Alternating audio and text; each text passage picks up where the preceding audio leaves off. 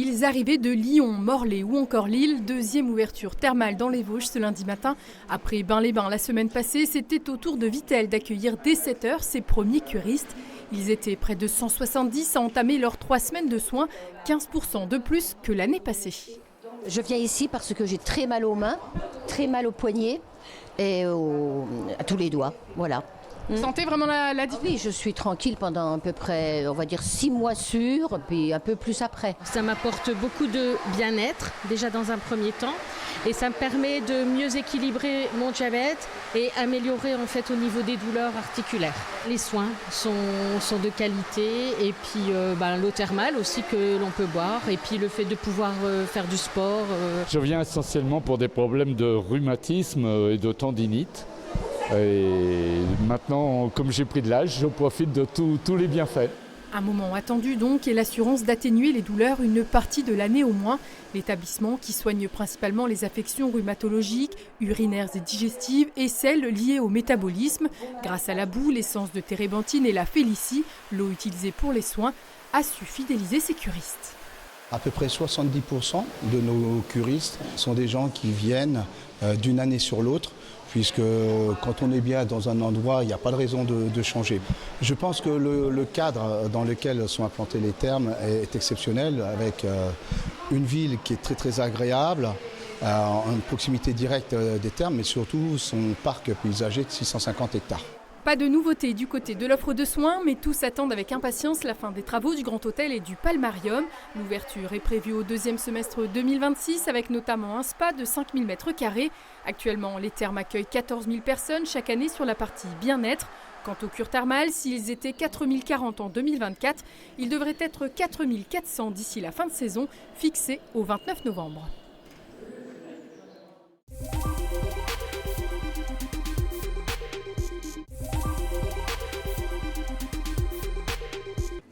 Direction Les Fourneaux, 11 jeunes sélectionnés par le programme Graines de pâtissier participent à leur premier atelier de pâtisserie. Lancé par la fondation Valrhona, ce parcours permet à des jeunes éloignés de l'emploi de découvrir le métier de pâtissier. L'idée, c'est de leur montrer un peu tout ce que pourrait être leur formation et le métier, de n'en cacher aucune réalité et de les remettre en confiance pour qu'ils rentrent en formation à la fin de Graines de pâtissier, serein, confiant et tourné vers l'avenir. Vaut mieux laisser la netteté parler. Hein, et puis parfois l'imperfection, tu sais, comme ça on sait que c'est fait maison. Aujourd'hui on va faire des cookies et des petits sablés pour voir un peu leur niveau. Moi, j'ai appris que la plupart avaient déjà fait de la pâtisserie, donc pour l'instant c'est prometteur. Ces jeunes sont issus de la mission locale de Troyes où ont candidaté spontanément au projet.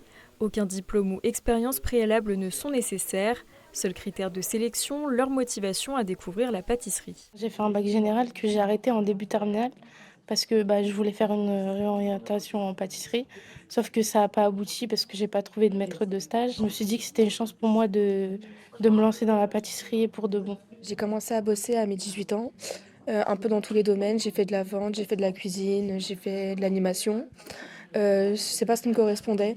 Et du coup, je suis revenue sur mon premier projet professionnel qui est la pâtisserie. Ce que j'attends de Graines de pâtissier, déjà, c'est de me perfectionner pour la pâtisserie, pour mieux faire mes gâteaux. Le projet est porté par l'école de la Deuxième Chance. Elle accompagne les apprentis pâtissiers tout au long de leur parcours pour préparer leur poursuite d'études. L'intérêt, c'est que s'ils n'ont pas envie d'aller travailler en pâtisserie, nous, on est en capacité de leur faire découvrir aussi d'autres métiers. Le programme est rythmé par des périodes de stage. En boutique, en restauration, en hôtellerie ou en recherche et développement, il existe 1001 façons d'être pâtissier. C'est aussi l'occasion de rechercher un maître d'apprentissage. Il faut transmettre la passion du métier. Donc moi, j'estime que chaque maître d'apprentissage doit transmettre un devoir de transmission auprès des jeunes de façon à promouvoir cet art culinaire qui est la pâtisserie française qui rayonne à travers le monde. À l'issue de ce parcours, les jeunes devront présenter à un jury une de leurs pâtisseries. Le meilleur candidat aura l'opportunité de faire un stage à l'école Valrhona aux côtés de pâtissiers renommés.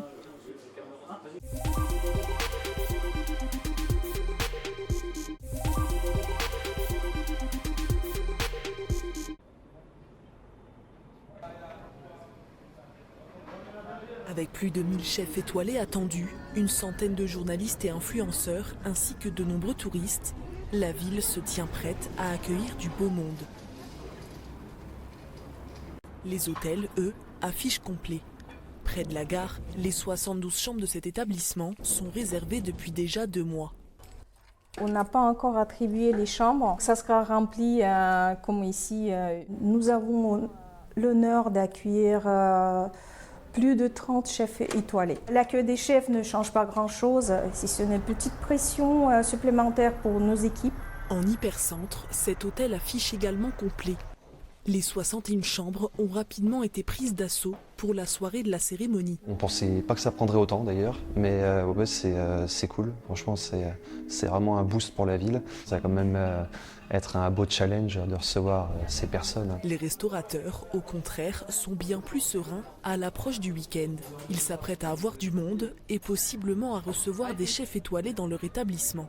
Chaque restaurateur doit être prêt donc pour en fait accueillir ce genre de clientèle. Comment on va se préparer? On va faire notre week-end comme tous les week-ends. On n'a aucune pression et au contraire on est plutôt heureux. Un client, ça reste un client. Nous, que ce soit chef étoilé, président de la République, le client passe avant tout. Ce serait une joie de pouvoir servir un chef étoilé et de voir, d'avoir cette opportunité finalement. Metz, capitale de la gastronomie le temps d'un week-end, s'apprête à vivre un moment d'exception.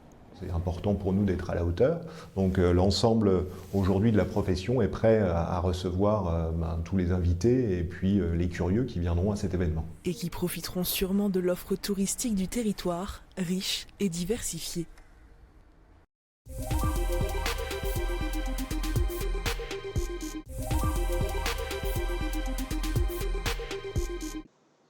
Après Hervey-le-Châtel, Mussy-sur-Seine, Bar-sur-Seine, Essois et les Rissets, la ville de Nogent-sur-Seine souhaite elle aussi devenir petite cité de caractère, l'opportunité d'augmenter l'attractivité du territoire. C'est d'abord, je crois, une belle fierté pour les habitants.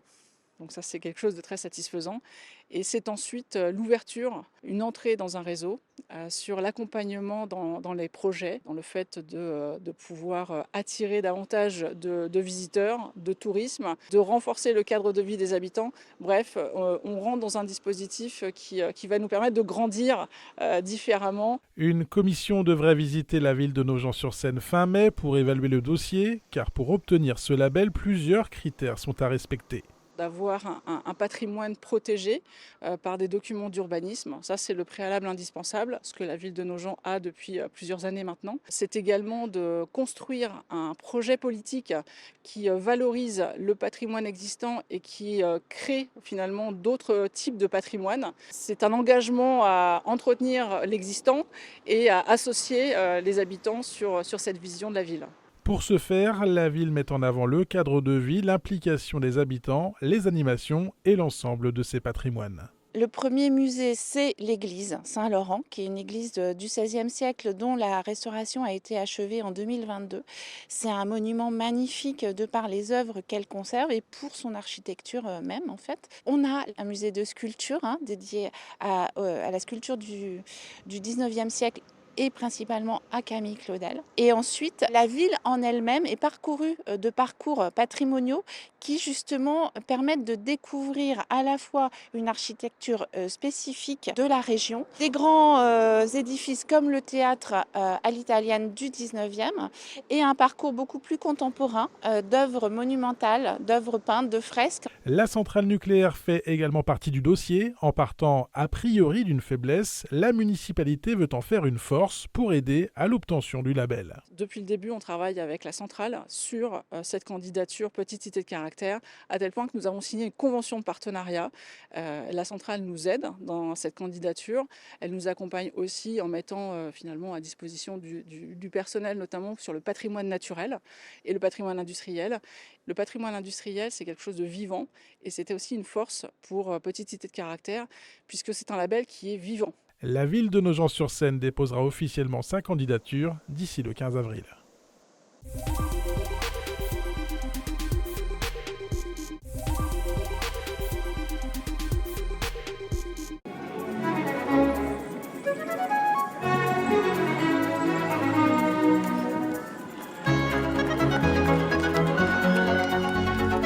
Comme de tradition, les Casanova ont ouvert le grand défilé du carnaval vénitien de Remiremont avec une déambulation dimanche dernier dans le centre historique de la cité des Chanoinesses qui venait clore 4 jours de festivités.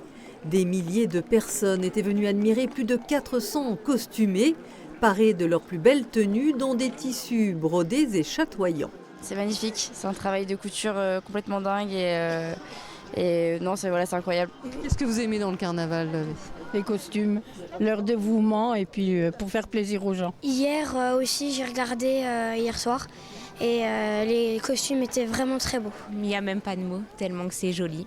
Voilà, donc ma maman nous a offert ça, ma fille, et moi aujourd'hui, donc on profite, on se régale, c'est magique. Ce défilé était une invitation à remonter le temps lorsque toutes les libertés étaient permises dans la cité des Doges, un esprit qui souffle depuis 30 ans sur Remiremont, grâce à celui qui, à son retour d'un voyage en Italie, lançait l'idée d'un carnaval vénitien dans les rues de la Coquette. À Venise, vous avez plusieurs catégories de costumés, principalement les comédiens dell'arte, les poudrés et les excentriques. Les excentriques, ce sont un peu des créatifs. Et on flash sur un masque ou un tissu et on construit notre costume. Alors là, avec mon partenaire Sébastien, nous sommes des mauvais garçons. Un garçon pas si mauvais que cela et un président d'association qui a décidé de tirer sa révérence, mais qui a entraîné dans son sillage des centaines de passionnés, des anonymes qui entrent dans la peau de leurs personnages. Aujourd'hui, je suis une fée de la forêt et ça va faire une quinzaine d'années que je fais le carnaval vénitien. Cette 28e édition du carnaval vénitien de Remiremont aura encore tenu toutes ses promesses et fait rêver le public avec une parade empreinte de courtoisie et d'élégance.